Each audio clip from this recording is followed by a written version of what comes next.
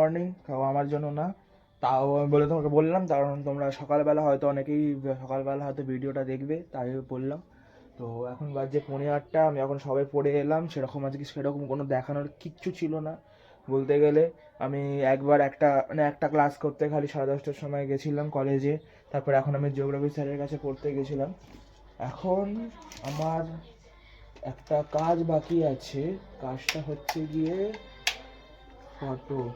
হ্যাঁ, কালকে তোমার আগের ব্লগে দেখেছো আমি বাগবাজার শোভাবাজার গেছিলাম। ওখানে অনেক ফটো তোলা হয়েছে। ক্যামেরা থেকে ট্রান্সফার করতে হবে, কিছু কিছু এডিটও বাকি আছে, এডিটটাও করতে হবে। তো সেই জন্যই কীভাবে পরে পড়ে যাচ্ছিল, গল্প হতে খুব পড়লে। এই তো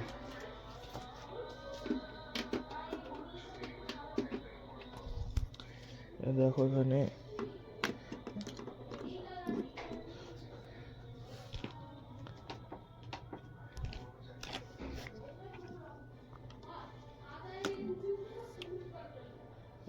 অনলাইন।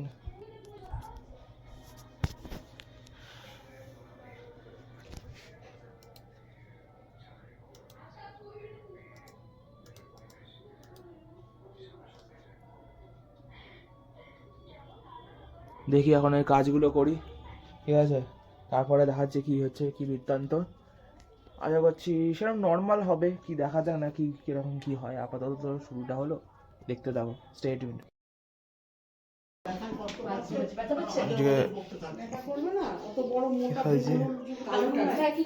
ভিডিও করছি, ভিডিও ব্লগ। আরে রং করছি, এই দেখো।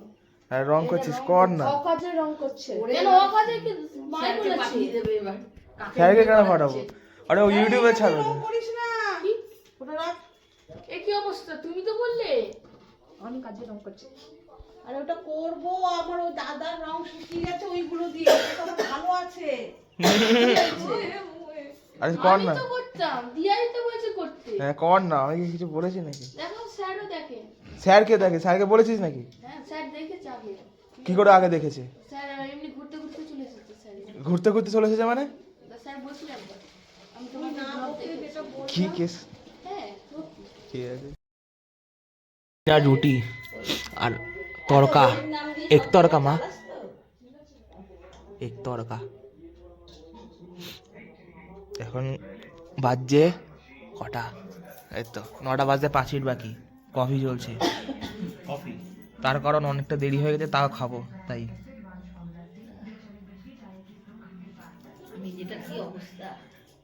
তো কি হয়েছে?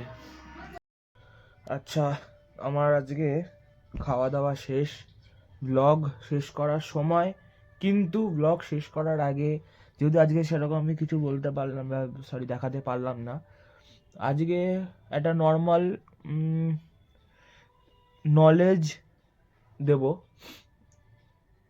এবার কি, জিওগ্রাফির ব্যাপারে, ঠিক আছে? জিওগ্রাফির ব্যাপারে কী নলেজ দেবো আমি? নলেজটা হচ্ছে তোমাদের মতে জিওগ্রাফি মানে কি সেটা কমেন্টে জানাবে। আমার মতে, বা যারা বড় বড় যারা জিওলজিস্ট আছে বা জিওমরফোলজিস্ট বা ক্লাইমেটোলজিস্ট, যারা জিওগ্রাফি ফিল্ডে যারা রয়েছে বা জিওলজিস্ট ফিল্ডে যারা রয়েছে, তাদের মধ্যে জিওগ্রাফি কি, ঠিক আছে, সেটা আমি বলে দেবো। আর তোমাদের মধ্যে জিওগ্রাফি কি আগে সেটা কমেন্টে জানিও। আমি তোমরা যদি দেখো, লোকের কাছে যদি ভিডিও পৌঁছায় কোনো দিন এই ভিডিওটা, তাহলে লোকেরা সেটা বলবে, তোমরা বলবে। তো এটা নর্মাল আজকেই একটা নলেজ দেবো বা বলবো ব্যাপারে। জিওগ্রাফি কি বা ভূগোল কি? ভূগোল মানে হলো শুধু মানচিত্র নয়, এবার মানচিত্র নয় এবং পাহাড়ও নয়, নদী নয়, মালভূমি নয়, সমভূমি নয়, সব কিছুকে একেবারে নিয়ে। তারপরে ভূগোল হলো কোনো এমন কিছু অজানা কথা ভূগোলের মধ্যে রয়েছে, ঠিক আছে, তার তোমরা এদিক থেকে ওদিক দেখতে পেলে সেটা বুঝতে পারবে কি ভূগোল। আমাদের পারিপার্শ্বিক পরিবেশে যা কিছু আমরা দেখতে পাই, in the base of nature, সেইটাকেই আমরা ভূগোল বলি। আজকে আমি কিছু কথা বলবো, কিছু ফ্যাক্টস বলবো যেটা তোমাদের মনে বদলে দেবে, ঠিক আছে, মন বদলে দেবে যে এরকমও কিছু হতে পারে, বা তোমাদের ভাবনা বদলে যাবে, না এটা আমি জানতাম কি জানতাম না।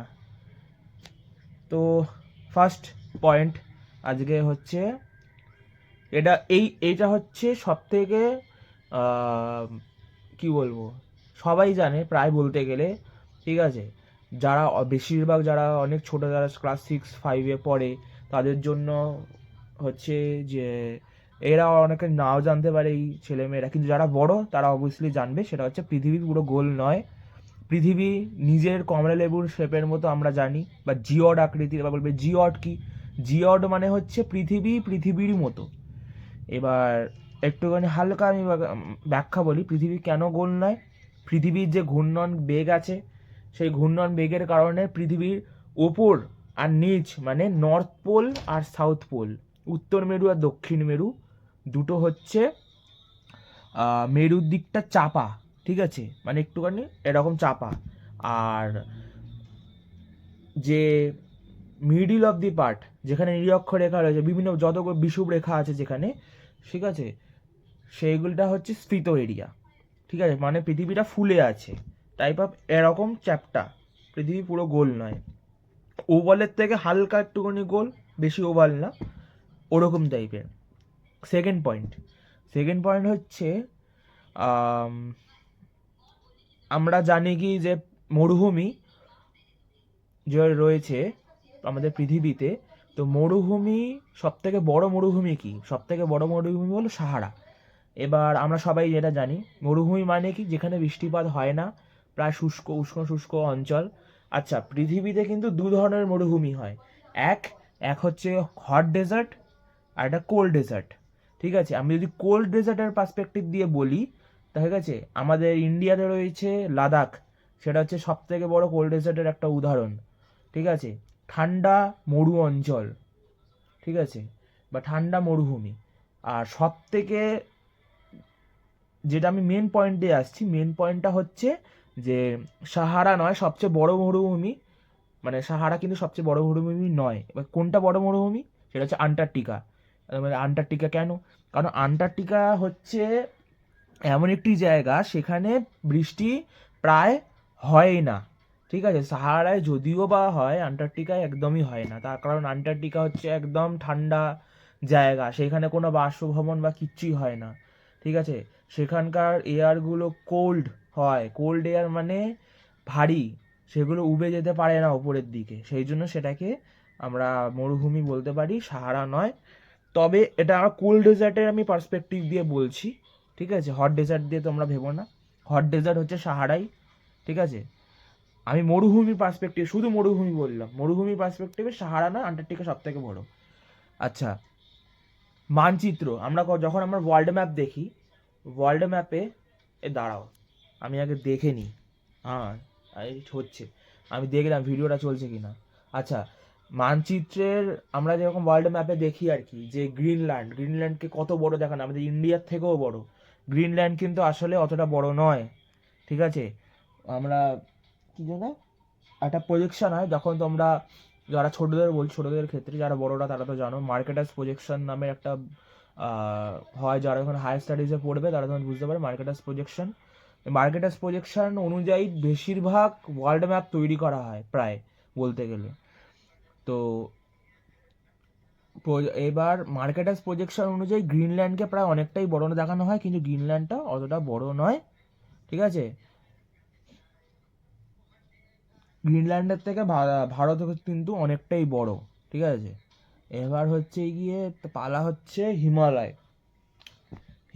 হিমালয়ে হচ্ছে আমাদের যে হিমালয়ান প্ল্যাটো রিজন আছে পুরোটা, ওপর থেকে কাশ্মীর থেকে শুরু হয়ে, ঠিক আছে, আমাদের নেপাল হয়ে পুরো সিকিম, মানে পুরোটাই তো হিমালয় প্ল্যাটো রিজনের মধ্যে পড়ে।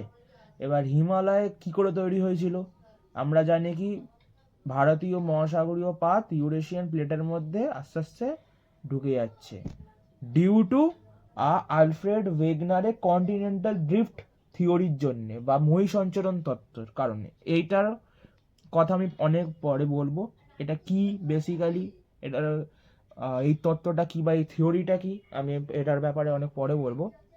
তার আগে বলে দিই, হিমালয়ের যে ব্যাপারটা বলছিলাম, হিমালয় কিন্তু প্রত্যেক বছর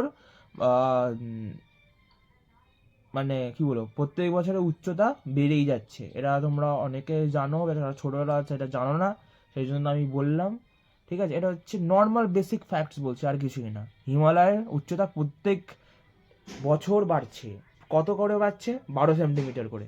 ঠিক আছে, কেন বাড়ছে? কারণ প্লেট টেকটনিকের কারণে। কারণ এই দিক থেকে যখন ভারতীয় পাত যখন ইউরেশিয়া পাতের মধ্যে ঢুকছে, এই দিক থেকে হিমালয় উচ্চতা বাড়ছে।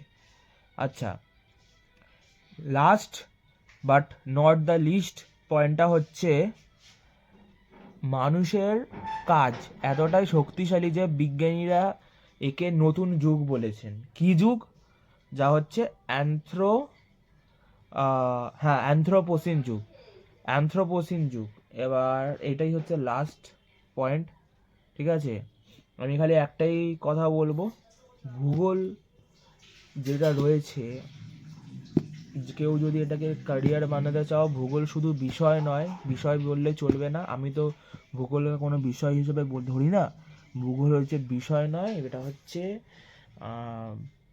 একটা পৃথিবীর গল্প, মোদ্দা কথা বলতে গেলে। যখন আরও ওপরে যাবে তখন তো আরও অন্যান্য জানতে পারবে, এটাই হচ্ছে ব্যাপার। তো এইটাই বললাম, এটাই বলার ছিল আজকের। যত যাদের যাদের অনেকের ভূগোল নাও ভালো লাগতে পারে, জিওগ্রাফি, আমার জন্য ভূগোলটা একটা অন্য পর্যায়ের জিনিস। ঠিক আছে, সেই জন্য আজকে শেয়ার করলাম জিনিসটা। আর বলতে গেলে আর সেরকম কিছু বলার নেই। এই কয়েকটাই 8খানা মতন, সরি হ্যাঁ 6খানা মতন ফ্যাক্ট ছিল, 6খানা মতন জিনিস ছিল, বেসিক নর্মাল। তো এইটা আমি বললাম। এখন বাজে রাত্রির কটা? রাত্রির বাজে এখন 11টা বাজে 10 মিনিট বাকি। কিছু পড়াশোনা আছে করব, তার আগে ভিডিওটাকে এডিট করে আপলোডে বসাবো। আচ্ছা, ভিডিওটা এতদূর পর্যন্তই। যদি ভিডিওটা ভালো লেগে থাকে তাহলে অবশ্যই ভিডিওটাকে লাইক করে যাবে, চ্যানেলে নতুন হলে চ্যানেলে অবশ্যই সাবস্ক্রাইব করবে। Thank you so much for watching the video guys. আর কি বলবো, ঠান্ডা শীতকাল পড়ছে, সবাই ভালোভাবে থেকো, যেন সর্দি কাশি বা এরকম কিছু না হয়। শীতকাল আস্তে আস্তে পড়ে যাচ্ছে। বাই বাই কলকাতা, সুস্থ থেকো সবাই।